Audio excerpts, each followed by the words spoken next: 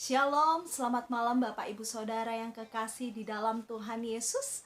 Selamat bertemu kembali dalam ibadah doa kita pada malam hari ini. Senang bisa bertemu dengan kita meskipun di tempat kita masing-masing, tetapi kita percaya Tuhan ada menyertai kita. Dia ada dekat dan dia senantiasa bersama-sama dengan kita dimanapun kita berada. Oleh sebab itu pada malam hari ini mari kita siapkan hati kita, pikiran kita, dan seluruh keberadaan kita. Mari kita cari Dia, mencari Tuhan, merendahkan diri di hadapan Tuhan untuk meminta biarlah rencananya yang jadi atas hidup kita. Mari kita memuji Tuhan. Sebagai pujian pengantar kita masuk dalam ibadah kita pada malam hari ini, membuka nyanyian kemenangan iman nomor 131. Kita memuji Tuhan dari nyanyian kemenangan iman nomor 131.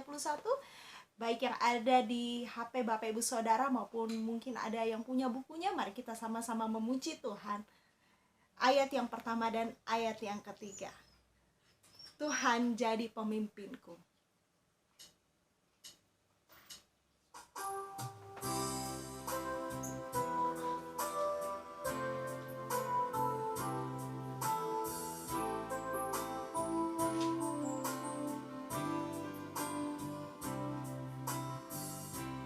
Tenanglah kini hatiku. Tenanglah kini hatiku. Tuhan ku pimpin langkahku di tiap saat dan kerja.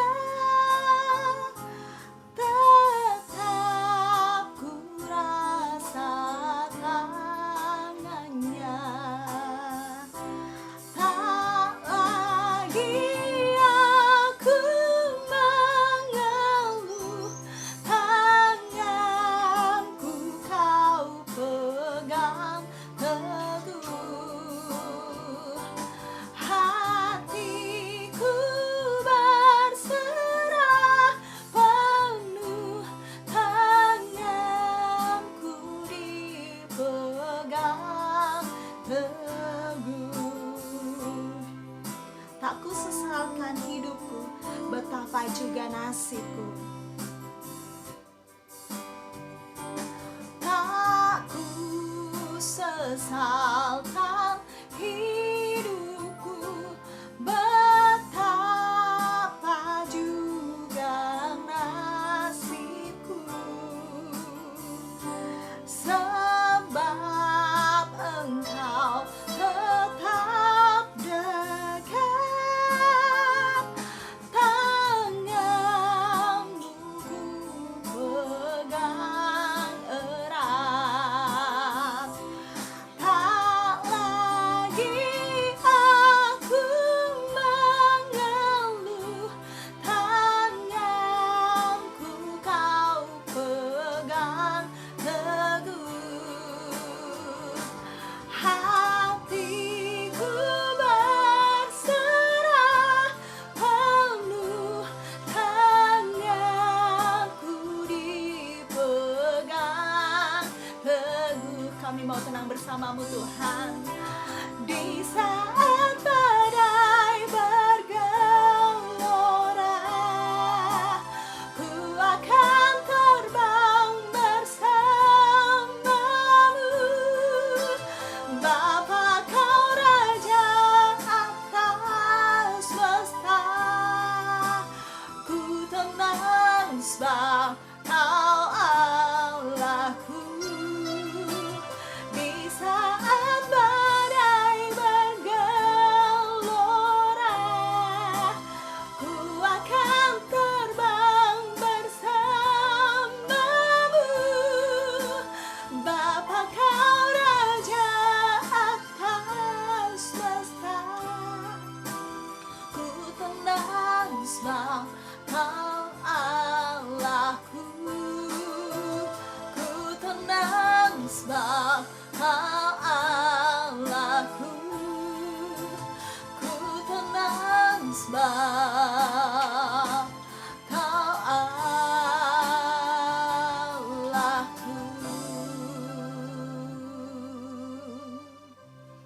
masuk dalam doa. Kita berdoa. Kami mau tenang bersama-Mu Tuhan, dan kami mau gunakan waktu ini untuk mendengar suara-Mu.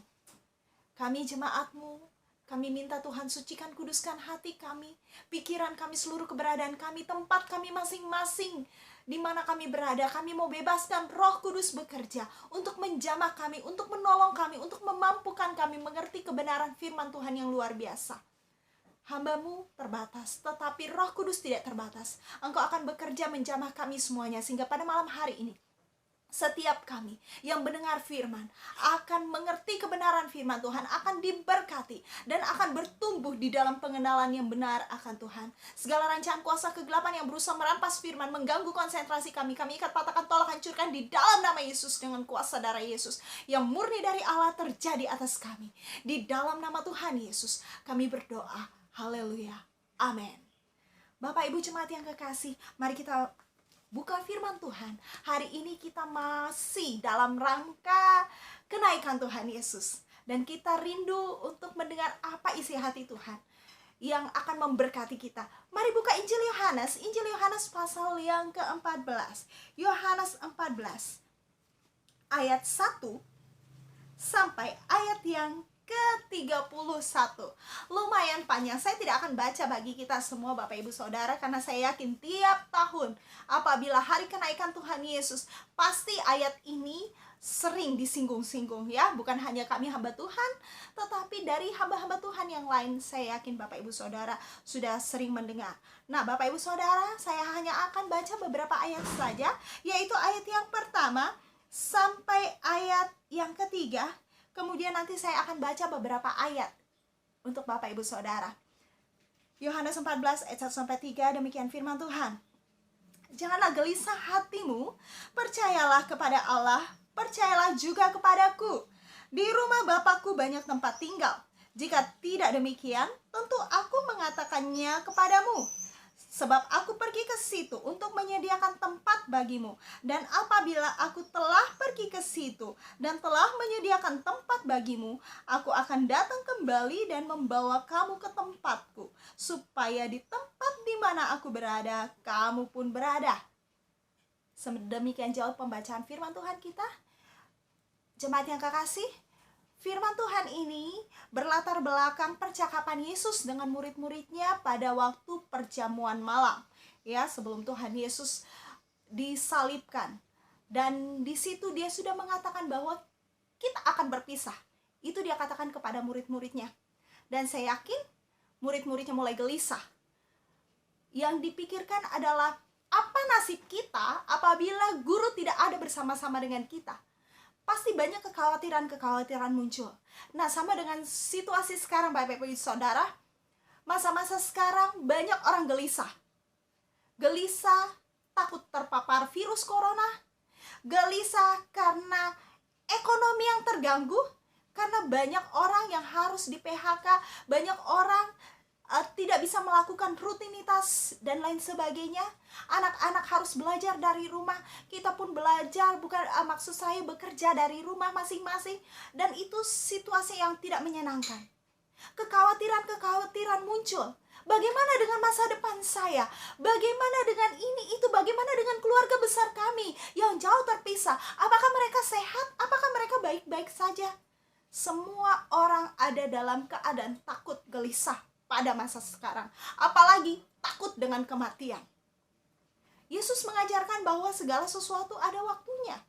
Ada waktu bertemu, ada waktu berpisah. Dan itu dia sudah katakan kepada murid-muridnya. Sebelum dia disalibkan 3 kali, dia katakan kepada murid-muridnya tentang penderitaannya. Dan pada masa perjamuan ini, sungguh muridnya penuh dengan kegelisahan. Ya, kalau kita perhatikan di Alkitab masing-masing Bapak Ibu Saudara, pasal 14 ini dibagi menjadi 2 perikop. Perikop yang pertama, mulai dari ayat yang pertama sampai ayat yang ke-14, itu diberi judul Rumah Bapa.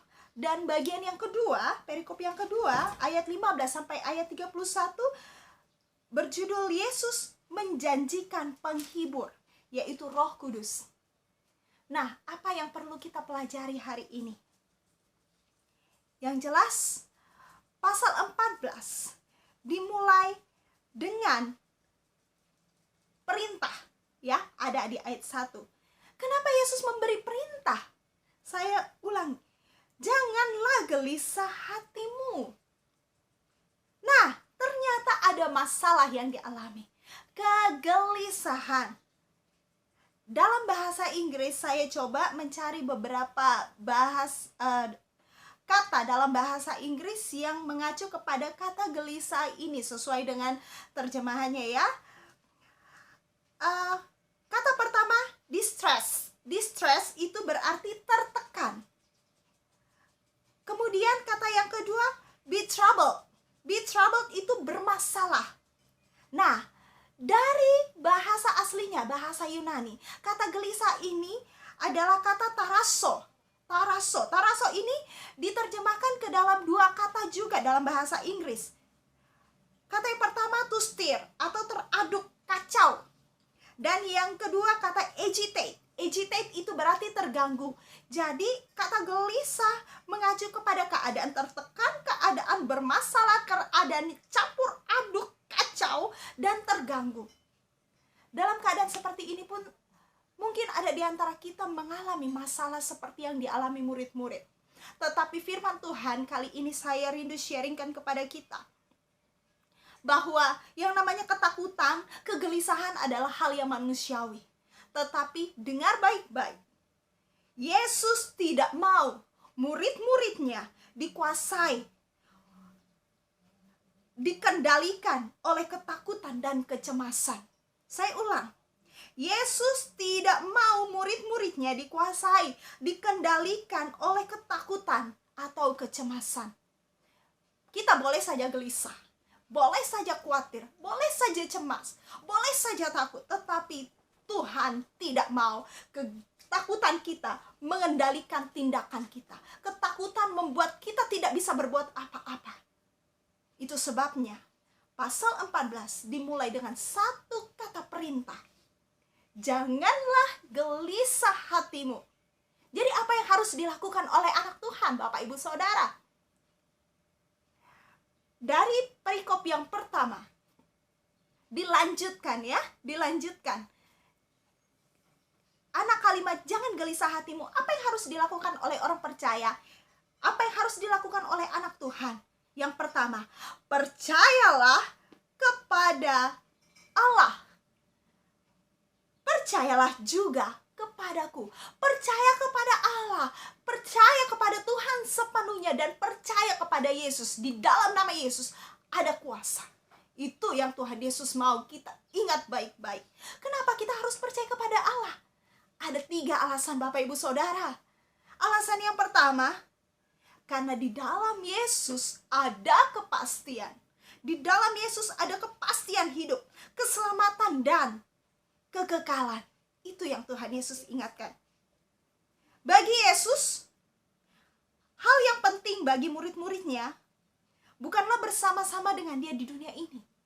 Tetapi hal yang paling penting adalah satu kali kelak, ia dan murid-muridnya, ia dan pengikutnya akan bertemu bersama-sama di rumah Bapa, di sorga, di dalam kekekalan. Yesus senang bisa bertemu dengan murid-muridnya di dunia ini. Tetapi hal yang paling penting bagi Yesus bukan hal yang sementara, bukan hal di dunia ini, Bapak Ibu Saudara. Bagus kalau kita mempersiapkan diri kita untuk hal-hal di dunia.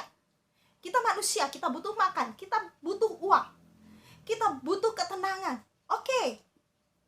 Tetapi hal yang sementara itu hal duniawi, tidak akan bersifat kekal. Kita tidak akan bawa harta kita ke surga nanti.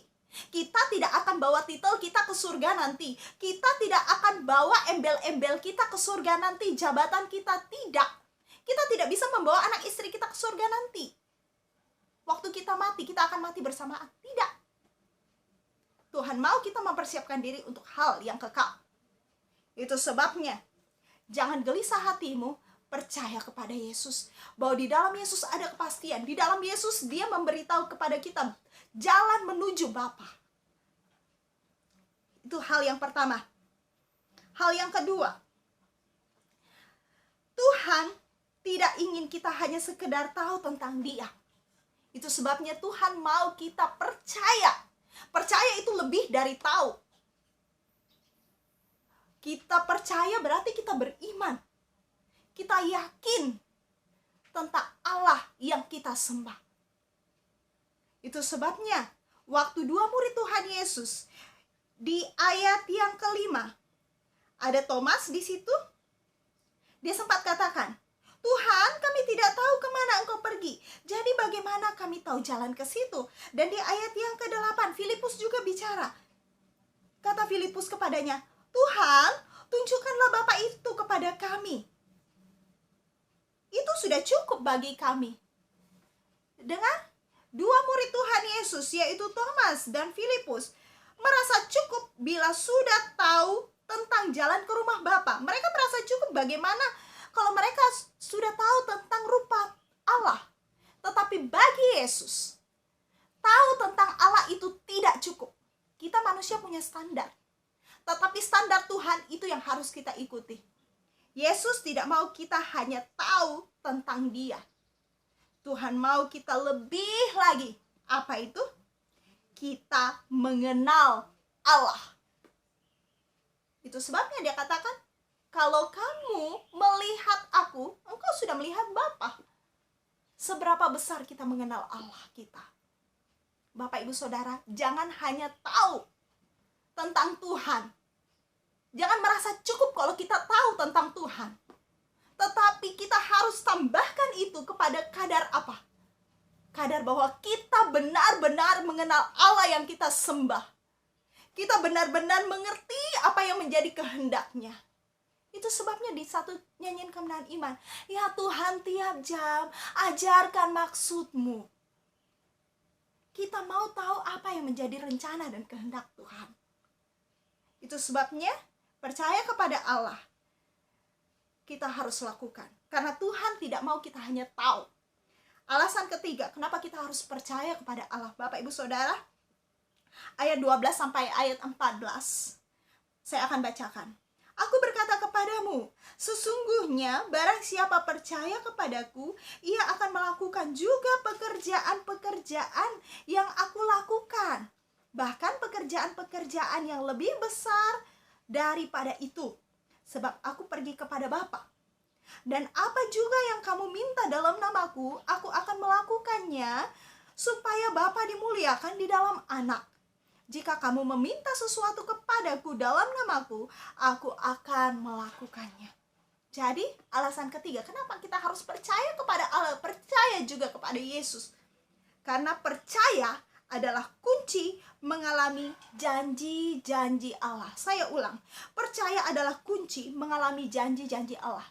Banyak janji Allah yang ada di dalam Alkitab kita, Bapak, Ibu, Saudara. Tetapi apakah semua janjinya digenapi dalam hidup kita? Mari kita minta. Karena Tuhan kita yang berjanji, Dia pasti menggenapi. Dia bukan hanya pribadi yang memberikan janji-janji kosong kepada setiap orang yang percaya kepadanya. Setiap kata-katanya tidak akan pernah gagal. Setiap janjinya pasti akan Dia genapi.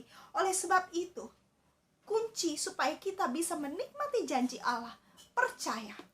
Bapak, Ibu, Saudara, Tuhan tidak mau kita hanya tahu, tetapi Dia mau kita terus mengalami.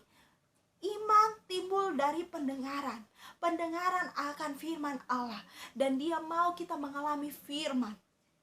Firman bukan hanya untuk ditahu, tetapi untuk dialami. Nah, akhir-akhir ini Bapak, Ibu, Saudara, apalagi ibu-ibu ya, di masa COVID ini, masa pandemi ini, banyak sekali orang dari yang malas masak jadi suka masak. Ya. Semua resep cari di YouTube, dilihat. Daftar ini, resep kue ini, resep ini. Dicoba untuk mengisi waktu dan itu bagus sekali. Tetapi kalau kita hanya tahu resep, contohnya resep buat nastar atau resep masak gulai atau resep apa, resep-resep baru. Kalau kita hanya lihat, oh iya, kita tidak bisa makan. Itu hanya sekedar tulisan atau waktu kita nonton di YouTube, ya hanya sekedar itu, kita tidak bisa rasa. Tetapi kalau resep itu kita lihat, oke, kita siapkan bahan dan kita berusaha membuat, gagal atau tidak gagal itu nanti urusan belakangan, tetapi ada hasil yang bisa dinikmati, bukan? Tuhan mau kita bukan hanya tahu sesuatu, tetapi kita mengalami hidup berkemenangan, berkelimpahan di dalam Dia. Sama dengan resep. Kalau kita hanya lihat saja, kita hanya cukup yang puas mata kita. Tetapi kalau seorang ibu mencoba satu resep baru, saya yakin di rumah, di sini juga, karena kami berusaha mencoba resep-resep yang belum pernah kami coba. Waktu kami hanya lihat saja gambarnya. Tetapi waktu kami berusaha menyiapkan bahan, ada proses. Ada waktunya gagal, tapi kita berusaha cari celahnya. Kenapa bisa gagal ya? Nah, waktu akhirnya jadi makanan itu dan enak bisa dinikmati, yang puas apa? Batin kita, seisi keluarga, orang yang menikmatinya pun merasa puas. Waktu kita berhasil hidup di dalam kebenaran Tuhan, Bapak Ibu Saudara, yang diberkati bukan hanya diri kita, tetapi orang-orang di sekitar kita. Itu sebabnya Tuhan katakan, jangan biarkan dirimu dikendalikan oleh kegelisahan, ketakutan, dan kecemasan, dan lain sebagainya. Percayalah kepada Allah, percaya juga kepadaku. Kenapa? Waktu kita percaya, kita akan menikmati hal yang luar biasa. Bukan hanya kita yang diberkati, tetapi orang-orang di sekitar kita akan diberkati. Dan hal yang kedua, perintah yang kedua, ada di perikop yang kedua, Bapak Ibu Saudara.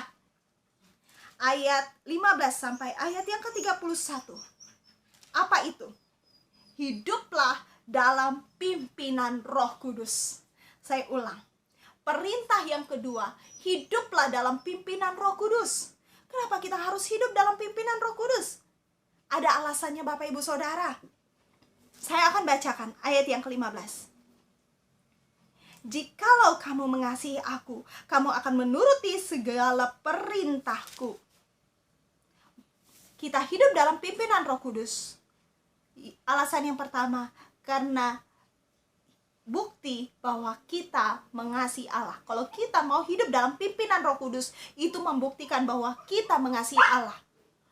Orang yang mau dituntun oleh Roh Kudus, dia menunjukkan bahwa dia tidak berkuasa atas dirinya sendiri, tetapi dia membiarkan Allah yang mengatur kehidupannya.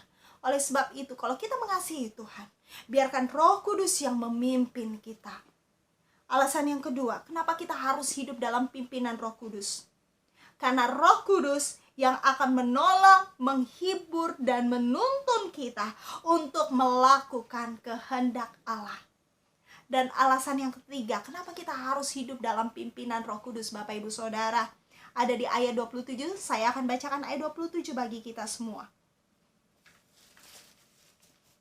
Damai sejahtera kutinggalkan bagimu, damai sejahteraku kuberikan kepadamu, dan apa yang kuberikan tidak seperti yang diberikan oleh dunia kepadamu.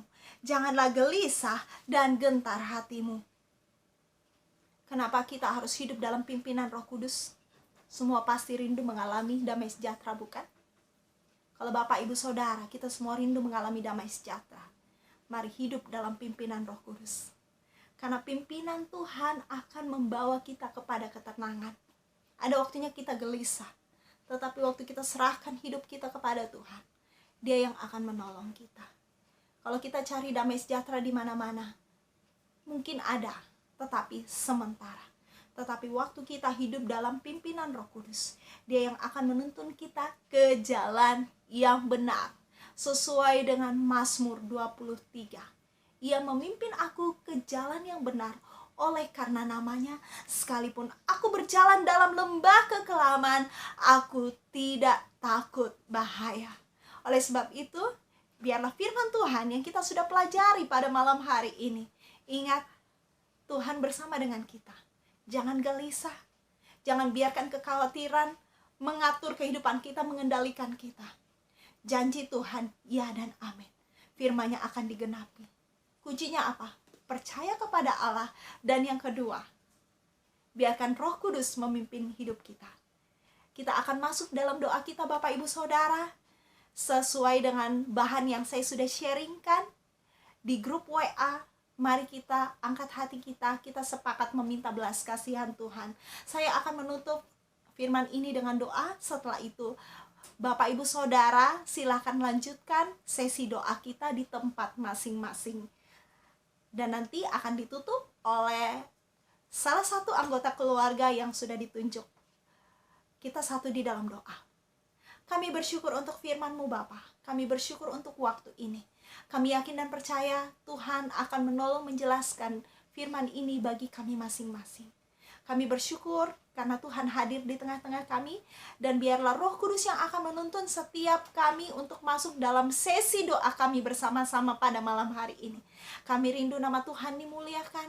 Kami rindu mengalami kuasa kemenangan di dalam doa pergumulan kami bersama-sama dengan Tuhan.